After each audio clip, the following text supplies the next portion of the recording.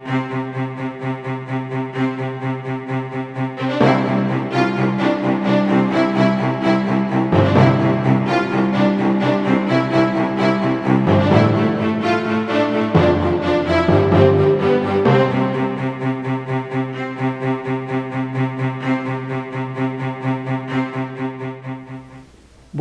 to the Talk of Simsbury. My name is Dominique Avery.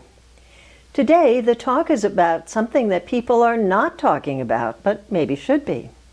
If you are fairly new to town, as many people are, there are a collection of distinctive reddish brownstone buildings on Hop Meadow Street in the center of town, which you may drive by day after day, and you have no idea what they are. Some people know that they're part of a business called Ensign Bickford. Old-timers know that it's the longtime home of a major employer in town, and it's been around since the 19th century. Some of you are aware that Ensign Bickford made explosives and had something to do with making a safety fuse that made a major improvement in mining safety. Many more of you are aware that Ensign Bickford has played a huge role in real estate in the area, with homes at Powder Forest, for instance, and the businesses at Powder Forest Business Park. I knew a little bit about these things, but then one day somebody told me that Ensign Bickford makes rocket fuel. And then I also learned that they have something to do with pet food, and that it's a major global company. And the next time I looked as I drove by, I saw a sign on Hop Meadow that said EBAD, Ensign Bickford Aerospace and Defense, and another sign that said Dyno Nobel. So for some time I have been curious and a bit confused. And if I'm curious, then I know other people are too. So when I ran into Tom Perlitz, the president and CEO of Ensign Bickford Industries, at a chamber event at Henry James Memorial School, I invited him to come here, and he graciously accepted. Tom, that was a long introduction, but thank you so much for coming. Thank you, Dominique. So I guess my first question is, for the people in town, how did this happen? How did this sort of homegrown small industry, Ensign Bickford, which actually started out, I think, as Bickford, turn into this major global company? Well, I worked in town myself for a number of years, and until I took the role at Ensign Bickford, I was pretty confused myself. So I can only imagine what people in town think about the company. And I think there's a lot of misconceptions about who we are. I think there's confusion about what we do, what's with these Dyno Nobel signs. And you see these marks of Ensign Bickford all over town, whether it's the old Ensign House mansion or the factory or all the red brick buildings, which in one form kind of link themselves back to the company in some way. The best way to explain it is to cover a little bit of the history, actually. And then I'll get into what we do. So we don't do rocket fuel, but we do things for rockets, and I'll explain what that. Somebody told me something wrong. Thank you. Go ahead. I'll explain what we do. The company was formed in the 1830s and started manufacturing in 1836. So what happened was there was incredible amount of deaths from using gunpowder to basically ignite a charge in mining applications, and people are dying around the world. And there was this inventor, William Bickford, who came up with this patent in the UK, actually. He was a British, and Ensign Bickford was just a license from him. And there was a guy, Richard Bacon, who had a copper quarry in Terrifil? No, in Granby. Sorry, in Granby. And so he had a copper mine there and had the license, and they started manufacturing in Weetag, actually. And there was a gentleman by the name of Joseph Toy, who was his accountant. And they formed the company, and then eventually Joseph Toy bought him out, and over time the name changed. But everybody today that is in the ownership of the company links their family lineage back to Joseph Toy. So where did Ensign come from? So Joseph Toy's daughter Susan had a husband by the name of Ralph Hart Ensign. Uh-huh. So he kind of married in, and then the next two presidents of the company were Ensigns, and then it went from there. And there were various families that were associated with it, Ellsworths and others. I actually remember, just not to interrupt you because the story is fascinating, I think family members were here a few years ago for an anniversary for some event at the Historical Society, because I think they've donated a lot of things that belonged initially to them and to the building to the Simsbury Historical Society. Yeah, so a few years ago there was the 175th That's anniversary, what it was, yeah. and of course, the company's been very involved, and the family's been very involved in the Historical Society, Right. the Free Library, and the town at large, and all sorts of different philanthropic areas over a couple hundred years. I mean, if you look at the town, I mean the utility system and the fire department and all these things were essentially completely symbiotic with the company Right. for a very, very long time. So getting back to your Right. original question, what happened over time was that there were all these activities going on in Simsbury, which was the center for Ensign Bickford. There was a company called Climax, which was at the corner of Route 44 and 10 in Avon. That was a bunch of people left Ensign Bickford and formed this company over in Avon. And then they had some issues with their business. I think there were some explosions or fires, and Ensign Bickford bought that property as well. Oh. So a lot of people are familiar with Climax Road, Yes. which comes off of Route 44. Right. So essentially that land from Climax, bordering from 44 all the way down to Route 10, was owned by Ensign Bickford as well. So you see brownstones over Yes, there in yeah. Avon as well. Right. So essentially, Ensign Bickford owned everything from West Street over to Stratton Brook Road to Bushy Hill to Hot Meadow A lot and of over to the real river. estate, yeah. So, and if you look at that in terms of acreage, it's roughly in the neighborhood of 700-800 acres. I Yeah. don't know exactly. Could be a whole town by itself. And so what happens is there's storage magazines back there, and then there's manufacturing that goes all the way to the Farmington River. The Hot Brook was used for it was a mill that was used for various purposes over the years, and of course is mill rights right now. It So used to be the was Hot Brook so Tavern. that was also owned by the company? That was also owned by the company, and we sold that to the current owners about 6 or 7 Right, years ago. right. So what happened is essentially over a period of time, the technology evolves in explosives, and so a lot of this land was owned because you needed to have a cushion between the manufacturing and any residences. Because of the explosives. Because of the explosives. So what happened over time was, because the technology improved and the way we manufactured and the distances between the explosives were reduced, we were able to then start to market a lot of that property. So the land that is now Powder Forest, in the 1980s, part of the land was sold off for the Simsbury Inn, and then Powder Forest Drive, which became commercial buildings.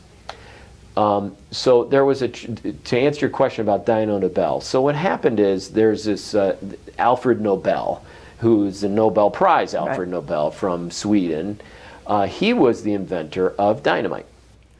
Right. And blasting caps. Yes. And so what happened was the safety fuse that Ensign Bickford created, which basically said that for every 1 second it would go 30 feet, and it gave miners the ability to time exactly in a safe way when this explosion would go off. We were basically the initiator for the explosion. So that's what a safety fuse is. That's what a safety. It's like you turn it on and then you have a certain amount of time to get away. Yeah. So that was the original. That was the original invention that William Bickford came up Right. with. So we were basically the above ground part of the mining world, and then there was the dynamite and the blasting caps, which was the company formed by Alfred Nobel.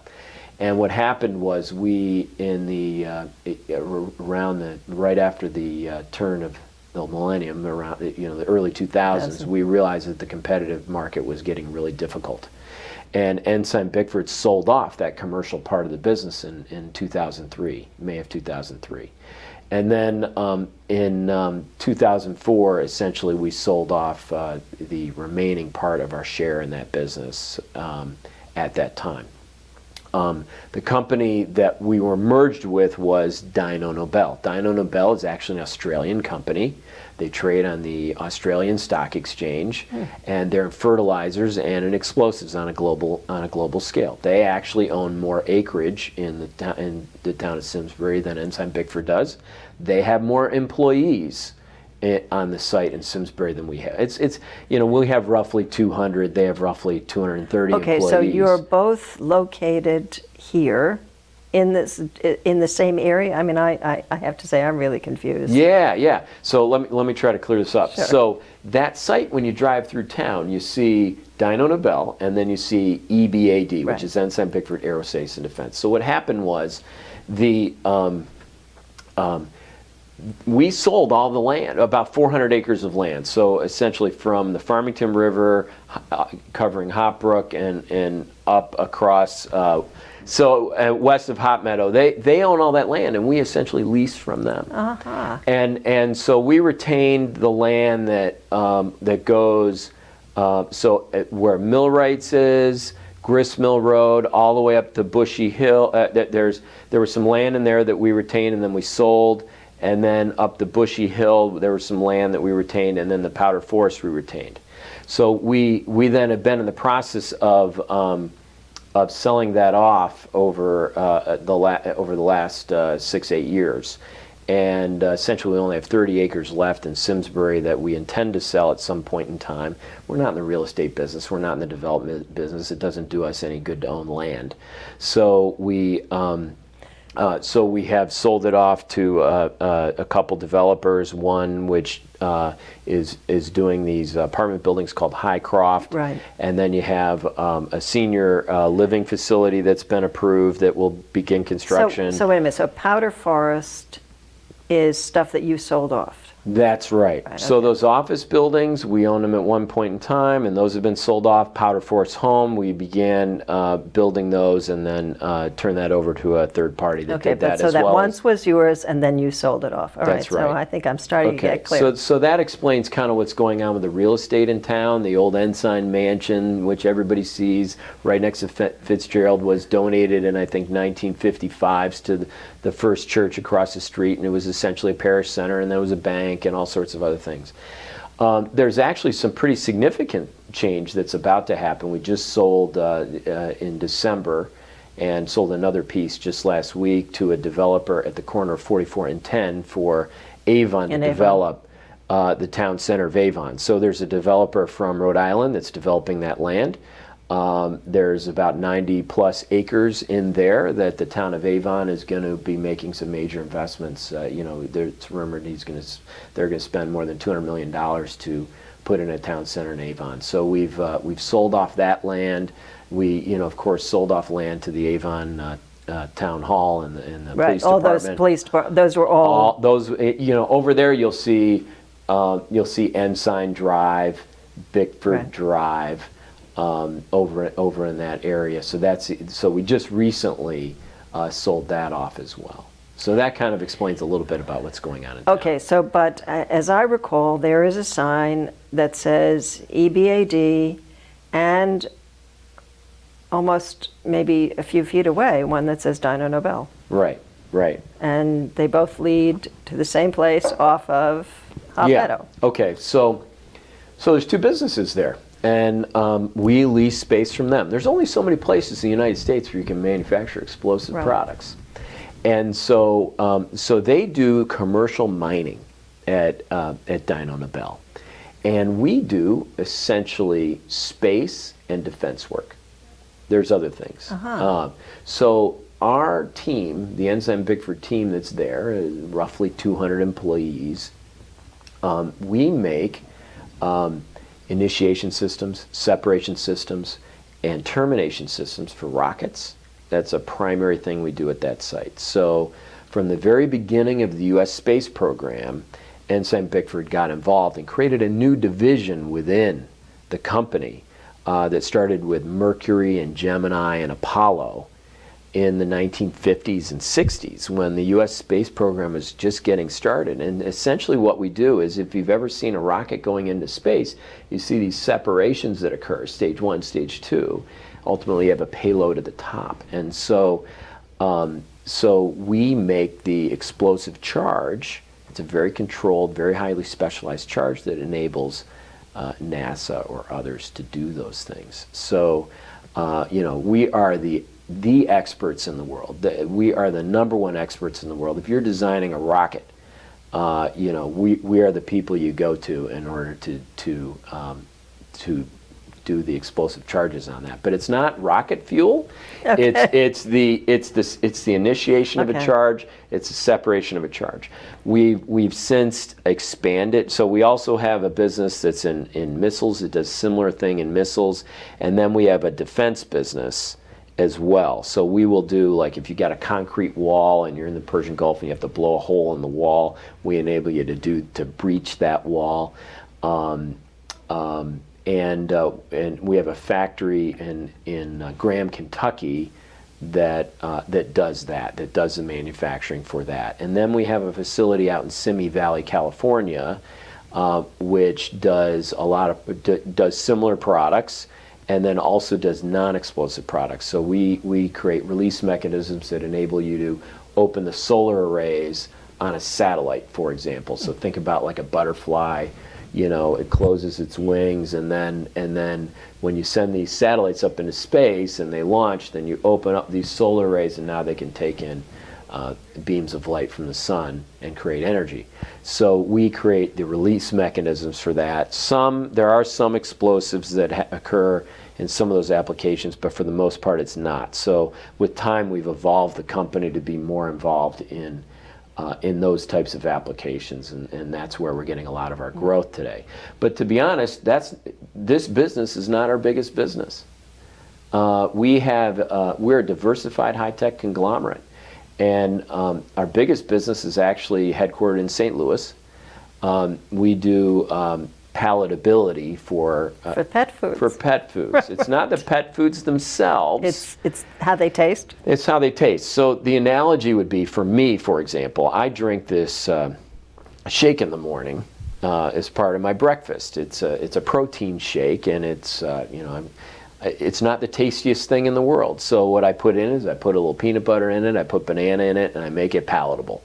That's essentially what we do for dog and cat kibbles. And as we all know, people treat their dogs and cats pretty well nowadays, and they worry about, is it non-GMO, is it organic, is it whatever. And as dog and cat foods have become more and more healthy, the importance of a palatant to either spray on it or mix in with the kibbles become really important. There's only a couple companies in the world that do that, and Ensign Bickford in the 1980s bought this business as branching out in order to diversify the company. It's actually become our largest division. Right, that's interesting. That really is interesting. And we manufacture with that business in a couple factories in Missouri, Argentina, Brazil, and in the Netherlands. Okay, so now let me ask you, as president of Ensign Bickford Industries, do you travel a lot if you have all these corporations? Oh, sure, yeah. So you can't run a company from your desk. Right. You got to look the customers in the eyes and hear what they have to say. That's the only way to really grow a company effectively. So, and to see the people that are they're making this company what it is. So, yeah. So I'm on the road quite a bit on a global basis.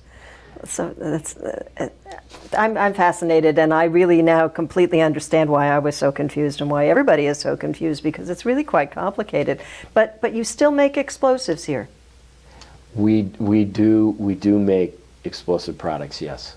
And you'll hear from time to time explosions going on. I was just going to. That's how I first heard. We moved here 26 years ago, and shortly after we moved here, I heard some big booms, and I said, what is that? And that they said, somebody down the street said, that's a company called Ensign Bickford. They make explosives. So that's all I knew. Yeah, we've been doing it, for 180 years in this town, and I think people are used to it. And to be honest, I had worked in Simsbury for a number of years and never really noticed. And I talked to people around town, and I asked them, do the explosions bother you? And a lot of people will say they've never heard one. Most people will say they've never heard one. I haven't heard them for a long time. I have a friend who lives slightly closer to town, and she told me the other day, she still hears them every once in a while, but it's not as often as it used to be.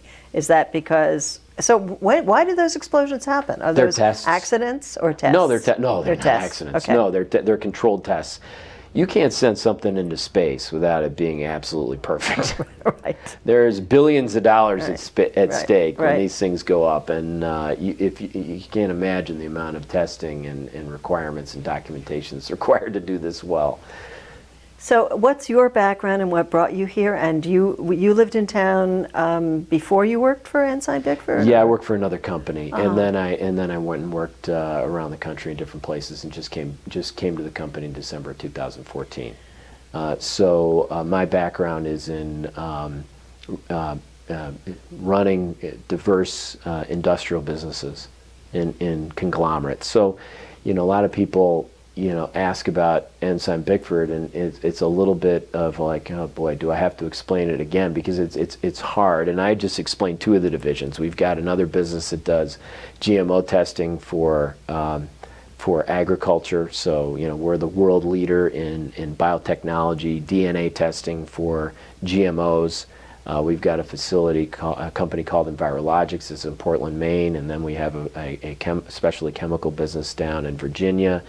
So there's this diverse group of companies that come together to form what we call today Ensign Bickford Industries. We just refer it to EBI now. EBI. And it's a group of companies that come together with a common way of operating, and essentially that's what. So your background is not in anything that EBI makes, but it's more corporate in running a large corporation. Is that, or how did you get into this? That's fair. How did I get into it? I just back in school, I developed a love for how you make things, and I became really attracted to what Toyota was doing with the Toyota production system, and after business school I came and worked for a company here which had factories locally, and got some really good experiences working on the floor in the factory and then in industrial marketing, and industrial companies do everything that, everywhere you look, there's things that are manufactured by companies, many of which aren't brand names that you've ever heard of because you're not the one buying it. Exactly. But these are very interesting businesses, and I'm so lucky to be involved with Ensign Bickford because we have the best scientists and engineers in the world in the fields that we're in. I mean, we really are the best, and it's the most knowledgeable, cutting-edge technologies, and we go to visit customers, and they really care about what our teams have to say, and it's the kind of stuff that's changing the world. So people who live in town, so are they who work at EBI in town, they're more likely to be wearing lab coats than working clothes because it's more sort of working in the lab, or how would you describe it? No, I wouldn't describe it as lab coats. I would, we've got a good mix of manufacturing and engineering. We have all the functions to run a business here in Simsbury. We have here rocket scientists. I mean, that's what we're doing. We have people that are helping design rockets. That's a big chunk of what we have in Simsbury. Who knew? Yeah, people don't realize that. I didn't realize that until I came to work full time for the company, because I would drive down Hot Meadow myself, and I would look at the company, and everyone would say it's an explosives company, and that's really all I knew.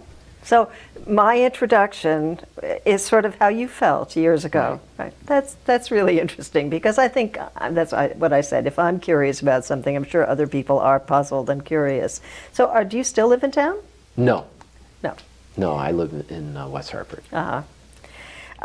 So I think Ensign Bickford used to be a major employer in town. I assume that there are still a lot of people who live in Simsbury who work there? There's a lot. Yeah.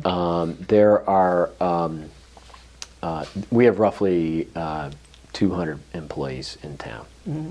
And are you still hiring? Are you always looking for smart people? We're a growing company. Mm-hmm. I mean, there's a lot of companies. If you look around New England, there's a lot of towns that were formed around companies just like Ensign Bickford. They were in textiles or machine tool or whatever point. they were. And those towns, some of them are, kind of ghost towns. Hurting, right. Yeah, hurting because these companies that form these towns are no longer around. And, this company is what it is because the industries that we're in stand the test of time. And, if we were in typewriters or we were in textiles, this company would not be still operating in the center of town. I don't know that there's an older, continuously owned private company in America. If there is, I just don't know about it, but there are very few. I mean, the ownership of this company from the very beginning has stayed the same. This has been fascinating. I'm so glad I ran into you that day, and I'm so glad you came and made a lot of these things clear, and you've been a wonderful guest, and our time is up. I told you it would go fast.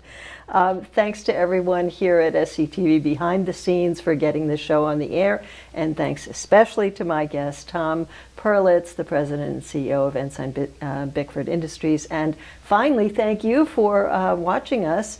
If you missed any portion of the show, you can always find it on our website at simsburytv.org. I'm Dominique Avery. See you next time for the Talk of Simsbury.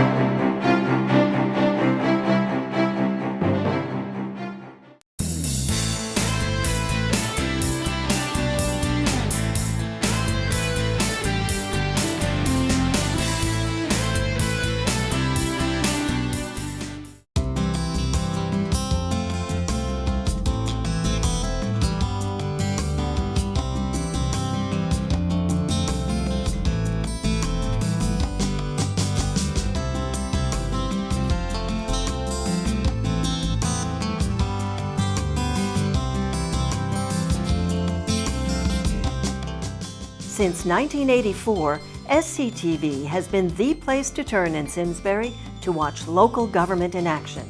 But we're more than local government and school meetings. SCTV is the only place where you can check out all the candidates in local elections. We have high school sports and exercise classes. Other shows keep you up on health, finance, poetry, music, and Simsbury hot topics.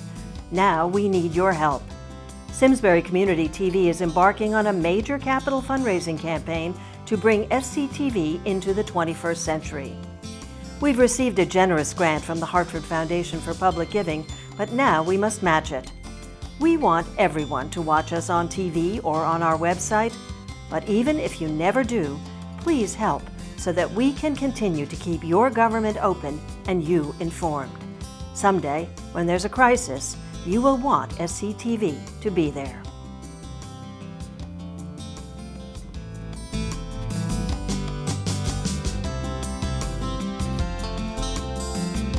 Hi, my name is Lori Lubetkin. I'm co-owner of the Redstone Pub in Simsbury. I hope you'll join me in supporting SCTV. Since 1984, your connection to your town, your schools, and your government. Funding for Simsbury Community Television is provided in part by contributions from viewers like you. Thank you.